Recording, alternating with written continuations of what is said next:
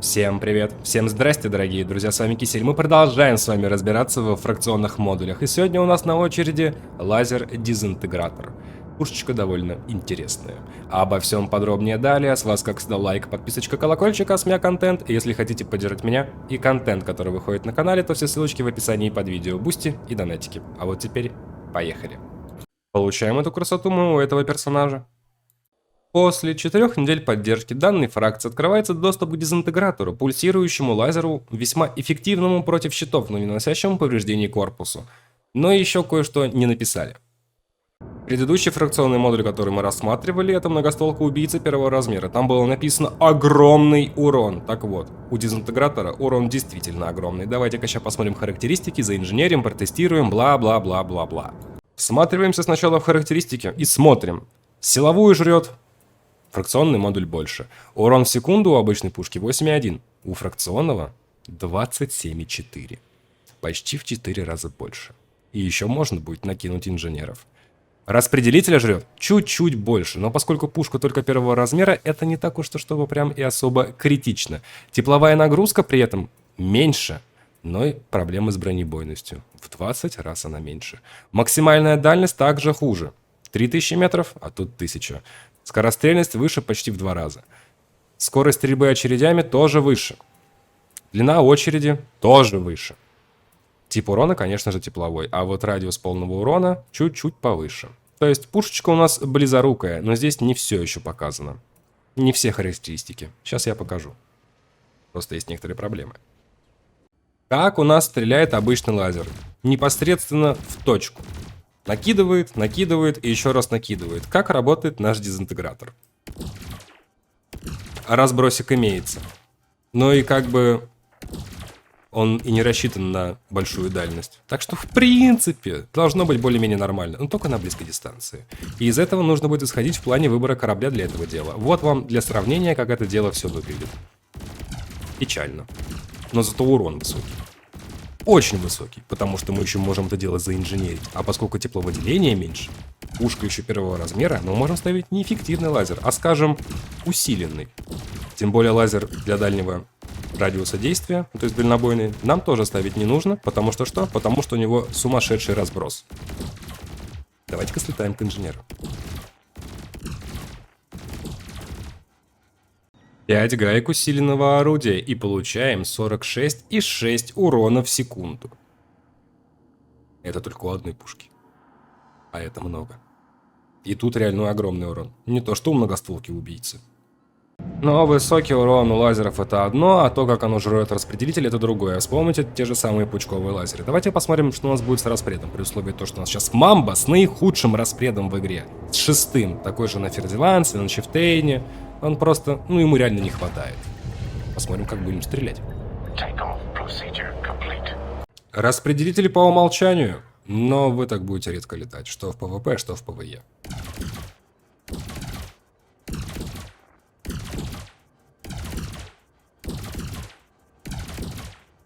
Да и так долго стрелять в одну точку вы вряд ли будете. Если 4 мы сделаем, то она даже будет восстанавливаться. И при этом я не просто так взял Мамбу. Как-никак у нее есть проблемы с нагревом. И она, не греется и не перегревается. Довольно неплохо, как по мне. Начинает греться только лишь тогда, когда у нас падает распределитель в оружии. Надо бы проверить на игроке. Даже так не перегревается. Офигеть. Прикольная пушка, но есть проблемы. Дальность. И разброс. Крайт МК-2 с такими вот характеристиками. Распределитель у него по умолчанию, то есть 2-2-2. Сколько же времени мне стоило и нервов найти игрока, который будет заинженеренным кораблем. Ну что ж, давай-ка смотреть, что у нас получится. И примерно за сколько времени. Думаю, секунд за 10, за 30, что-нибудь примерно такое. Короче, зажимаю гашетку.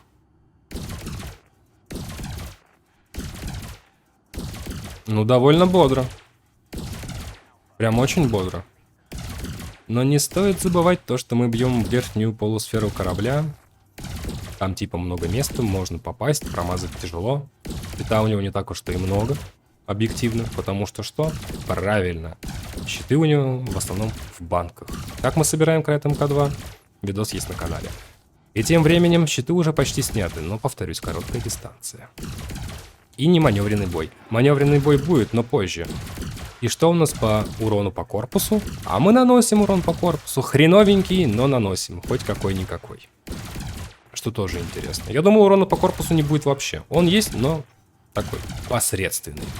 Дополнительное вооружение приветствуется. Та же самая рельса, многостволка, ну и так далее. В принципе, ясно, понятно. Давайте-ка следующий корабль. Пердиланс со следующими характеристиками. Давайте смотреть. Ну, тут уже прям видно, то, что щита побольше, но он все равно падает. Но я не представляю, как вы будете стрелять по Фердилансу с такого расстояния, да еще и так долго. Но щиты падают, и падают ощутимо. И это всего лишь 2 первые пушки. Без экспериментального эффекта. А можно еще его накинуть. И мы этим займемся, но чуть позже. 30% щита. Первыми пушками. Блин, удивительно на самом деле. Вот такие на Фердиланс поставить 4 штуки. Вместо вторых. И прилипать к противнику. И, скажем, рельсу на сбитие банки. Интересно. Как потом разбирать дальше корабль, непонятно, но интересно. Ладно. Давайте-ка, пожалуй, следующий корабль. Корвет с вот такими вот характеристиками. Попадать по большим кораблям, конечно же, будет проще. Давайте смотреть. Да. Конечно. Блин, на самом деле удивительно. 2 пушки первого размера и наносят такой большой урон. Если их будет больше, будет прям страшно. А если крыло таких пацанов будет еще страшнее. Правда, не забывайте то, что есть банки, опять-таки их нужно будет сбивать. Но вот NPC, таких банок сильных и резистов, и такого сильного щита и корпуса, конечно же, не будет. Тем временем мы сняли уже 20% щита. 2 пушками первого размера, подчеркиваю. Очень интересно.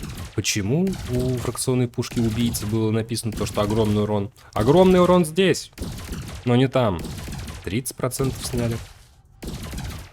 Как вам пушка? Напишите в комментарии. Вообще вы будете ее использовать? Хотите вы ее получить после того, как посмотрели данное видео, либо нет? Напишите. Будет интересно почитать. А мы идем дальше. Давайте-ка попробуем маневренный бой. Будем использовать только эти пушки. Чтобы было примерно понятно, попадем мы или нет. Маневренный бой с Чифтейном. Попробуем с ним. У нас 2 дезинтегратора и 3 многостволки. Посмотрим, что из этого получится в плане попаданий, потому что, как бы, ну, мы работаем только на километр. Я буду стрелять из всего, из чего могу, сразу говорю. Когда буду приближаться ближе, буду уже работать.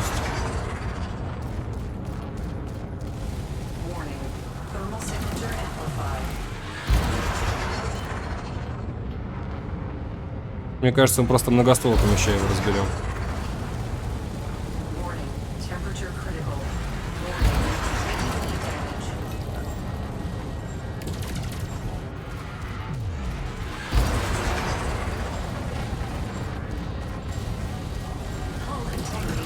Да. С распредом весело, ничего не скажешь. Давай-ка вот так полетаем.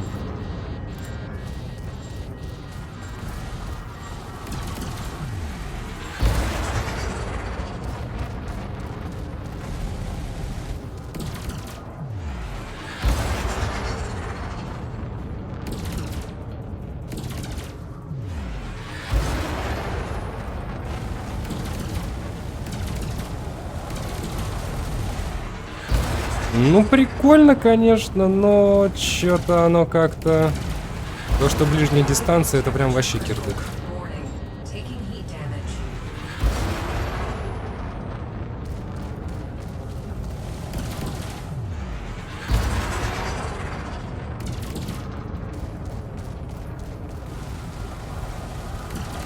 Ну, основной урон с многостволок, ясно, понятно. Классная. Не для мамбы уж точно.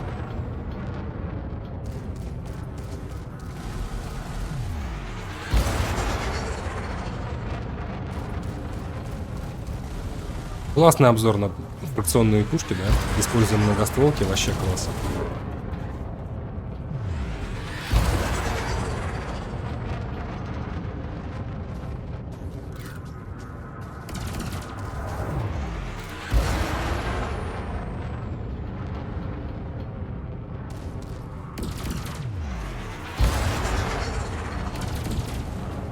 Ну, километр это слишком мало. Ну, прям слишком. Даже СРБ рельсы работает на большую дистанцию, зараза.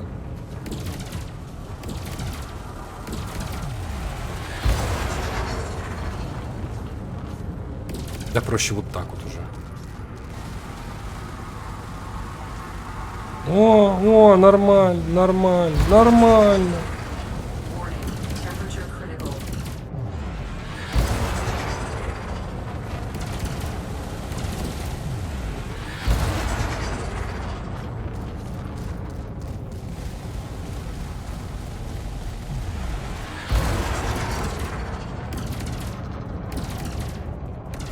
Ну, считай, мы это дело сняли.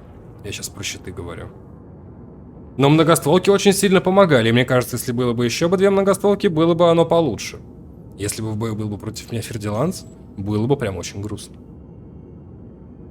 Что у нас по экспериментальным эффектам? Точно такие же. У нас тут и сверхразмер, повышающий урон в секунду, контроль интенсивности, нам это не интересно. Двойная прочность тоже не интересно, неинтересно. Может быть, но как бы расстояние в 1000 метров, ну такое себе.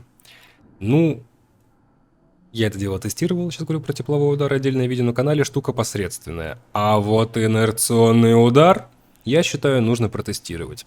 Экспериментальное улучшение, усиливающее урон и преобразующее его половину в кинетический за счет увеличения колебаний при прицеливании. У нас и так с колебаниями проблема, но у нас теперь урона больше на 50%, и у нас есть и тепловой, и кинетический. Давайте-ка мы это дело поставим на обе пушки. И еще один момент. Вы можете повысить дальность установкой дальнобойной гайки. Но как бы будет 2 километра. Как-то грустненько по мне. Попробуем. Скажу сразу, по разбросу все стало еще хуже. Причем гораздо хуже. Но урон у нас большой. Когда я говорю большой, я подразумеваю то, что 70 единиц урона. Точнее, извините, 70 урона в секунду. То есть 140 в сумме. Соберите корабль на каком-нибудь обычном вооружении и посмотрите, сколько у вас будет урона в секунду. Через Кориолис, либо через игру. И поверьте, 140 урона в секунду с 2 первых пушек это дохрена. Стреляем со 150 метров. Мне кажется, некоторые наши, так сказать, лучи попадут не туда. Нет, попадаем.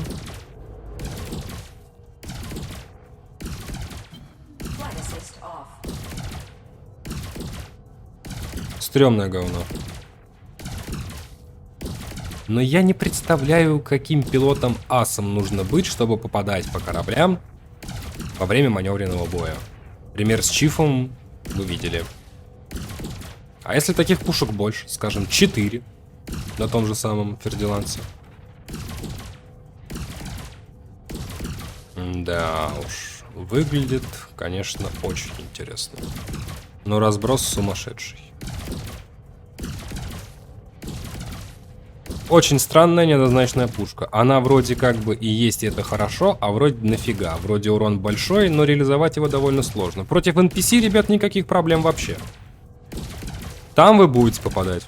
Ну и только если, наверное, непись будет большая, а-ля Анаконда, Питон, там что-нибудь такое. Если это будет какая-нибудь мелочь из серии Кобры и прочего, то пиши пропало. А так, пушка довольно интересная. Как ее по-другому реализовывать, я, если честно, без понятия. Пишите, как бы вы ее использовали.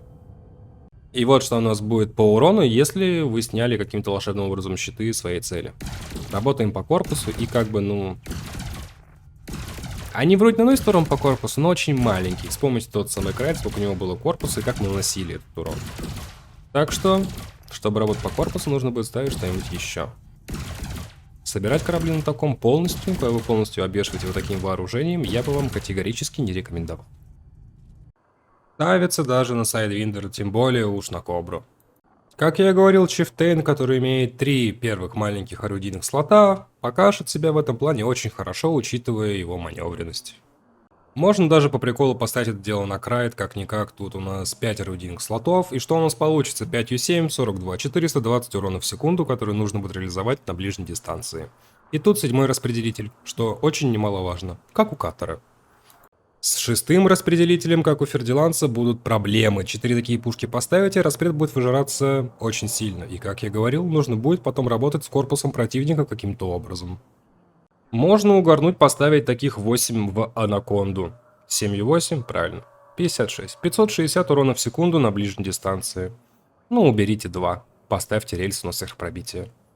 Забавно, но для этого вооружения нужно будет ставить еще вооружение, чтобы работать по корпусу, по внутренним модулям и сбивать банки.